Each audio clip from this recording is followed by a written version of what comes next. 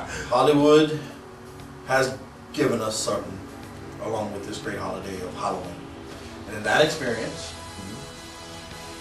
why not start off with the birth of great horror flicks, starting with your favorites. Horror flicks. Okay, now let's take a history lesson. Let's have a history lesson, shall we? Let's take a little step back into the old Universal time period. We had some good old-fashioned horror movies.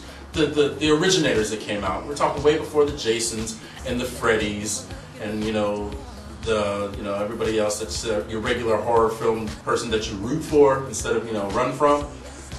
We're talking about the Draculas, the werewolves, the Mummy, Frankenstein. Those were your original four horsemen of the apocalypse when it came to horror movies back in the day. I mean, heck, everybody coined on it. Look at your Frankenberry, Blueberry, Count Chocula. Everybody's on that, But I mean, let's not forget about Bela Lugosi, Lon Chaney, Boris Karloff. Lon Chaney Jr. Yeah, the originators. They made those movies what they are. And these are a few examples. So many good things that came out of Universal back then. Creature from the Black Lagoon, which was in 3D. We won't go. See, but that was once in that Blue Moon 3D. See, that's easily acceptable. Nowadays, with your horror films, you have, like Foss was saying, you're rooting for the villain to get these people, and it's kind of gone kind of crazy. So you've got all kinds of new genres out there. You got your slashers and your, which are a far cry from your Universal films, which are now in collectible DVD packets, which I suggest you go out and get. I'm sure you've seen a few of them as we're talking. Yeah, I mean, love them all. I mean, the classics. You can't go wrong with the classics. And half of them are only 88 minutes. So you're not spending so much time, but look at the quality of work. Kind of lets you go back to, because a lot of the movies that you see now, like take The Wolfman, Benicio del Toro. That was, a remake from the original. And you can get a chance to look back at the original and say, wow, they're not too far apart from the way that they made them. Nicely done film, by the way. Very, very good film. I recommend that you get that one. The Wolfman, the new Wolfman, the remake from the original. Awesome. If you haven't seen it. Awesome.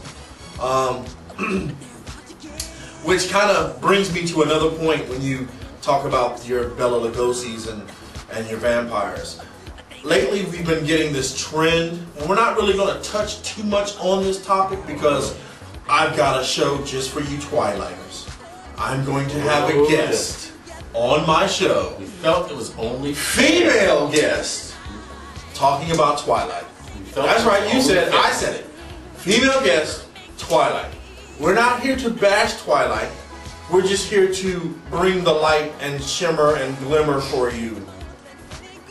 No, we're not. Because in the real world, vampires burst into flames upon sunlight, people. Oh yeah, these vampires sparkle. But anyway, you have a new genre of vampire films. Twilight is one of them.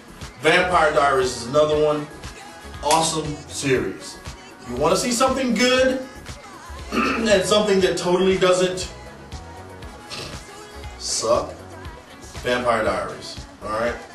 Also, speaking of Vampire Suck, the movie Vampire Suck should be hitting DVD soon. Rent it. Especially if you got one of those Twilight fans at home. You'll enjoy this film. It is a trip. It's a parody of Twilight and, of course, all the vampire genres. So it's something that you should check out. It's called Vampire Sucks. It should be hitting DVD soon. And again, just to be fair, Twilight is coming out on DVD December 4th. I'm being very quiet about this because we're not really going to touch on it. December, you'll get a Twilight episode. We're going to get Twilight out of everyone. I had to force myself to watch all three that are out now. Besides that, a real vampire, I would have to say, is somebody like this character called Void from the DFD series. Darkness Fighting Darkness. You need to find it. Check it out. I'm telling you, this is a true vampire. Bishop, Angel. Angel's a great show. Moonlighting is a great show, which is on DVD. It's one season. Rent it. And let's not forget Forever Night. Oh yeah. Forever Night. And Dark Shadows. Those are true vampire shows, people. You know, Alright? what happened to those? True Blood, if you guys like to watch that series, you know. A lot of people give that good reviews. I personally don't watch it, but, you know. Could be good enough for you. Just an example. The Final Rant. Right? Here's something that me and him have been having a problem with. Fright Night is being remade. Fright Night, for those of you who don't know, is a great vampire movie. It's my favorite, personally, my favorite vampire movie. Great vampire movie done in the 80s. A little comedy, a little horror. It was good for its day. Now they, like everything else, want to dust off a script and redo it. Problem is, when you redo a classic movie, there are certain things and certain people that should not be crossed. Here's one of them, in my opinion. Colin Farrell. Yeah, Colin Farrell is an actor who, very much likely so, is going to play Jerry Dandridge, the lead vampire role in Fright Night. Okay. Here's my problem. No. This man has not shown any type of growth, any type of acting ability to pull Jerry Dandridge, a very smooth and sophisticated vampire, off. Colin Farrell is somewhat of a, I don't know, wannabe hard-ass type character, these broken down type character. Unless he wants to play a gay historical figure, he can buddy his way through that.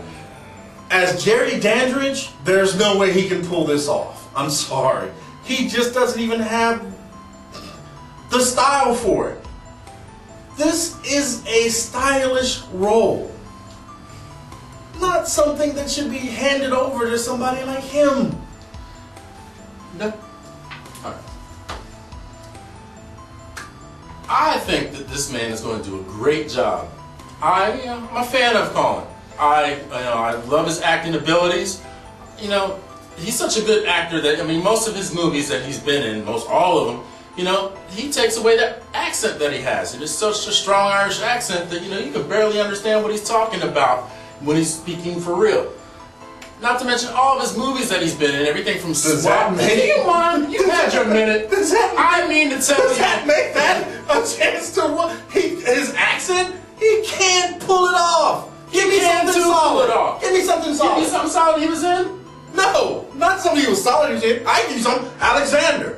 You keep going by that one movie, man. Daredevil. Where he did a great job. Where he did a good job in Daredevil. Yeah. I see what the problem was. The problem is, I mean, the problem was the movie he was in because no, the problem was that's the only type of roles he can get. Man, no, because he did. How is he gonna play something sophisticated? He has never been in anything sophisticated. He did a good sophisticated role when he was in Miami Vice. Oh my God! Do you know what sophistication is? Playing Crockett is not sophisticated as playing Jerry Dandridge. Sophisticated role. That is not. It is too. Oh my God! What is your example of a sophisticated role? You guys, you see this? Bring it in. Give me an example of a sophisticated role. What's a sophisticated role, bro? The betrayer of Billy D. Williams as Lando Calrissian is a sophisticated role. You gonna ride every old cow in your herd? Hey, jeez, man. Yes. Listen to this. Yeah, he does a really good job.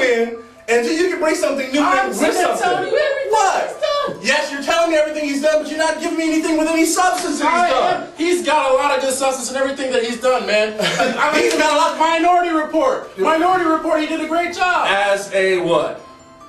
Cop. Thank you. Not a sophisticated vampire. It's acting. He's going to be able to pull off the acting role. I mean, maybe you don't believe in actors. No, not that one anyway. No. He's going to do it. Don't worry about him. He's going to do a great job. No, he's not. I think he is. He's going to do a great job. He's going to do a great job. He's not. A good movie. He's not. Not to mention the cast is going to be pretty good. The cast may be, but if you got him leading it, it won't be. I think he's going to be good. Don't worry. He'll be eating another crow sandwich. I doubt it. I think so. It'll never happen. Hopefully it'll be before turkey time. It'll never happen. That big old crow sandwich. I'm letting you know now. It will never happen. Yeah. Ladies and gentlemen, I'm Bishop.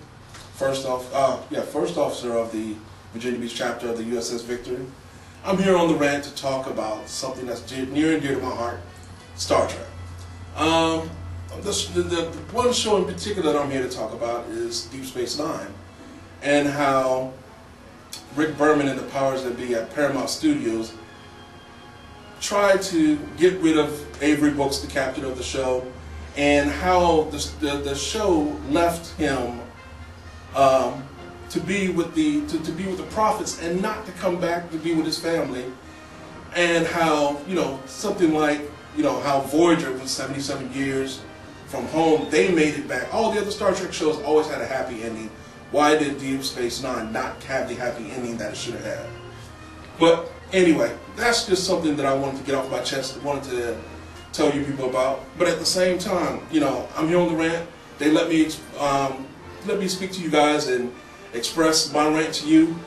You can do the same thing, and you can get one of these AMC movie passes, good anywhere at AMC near you. And for the best rant that we get, you'll get one of these. Executive Officer Bishop on the USS Victory, signing off.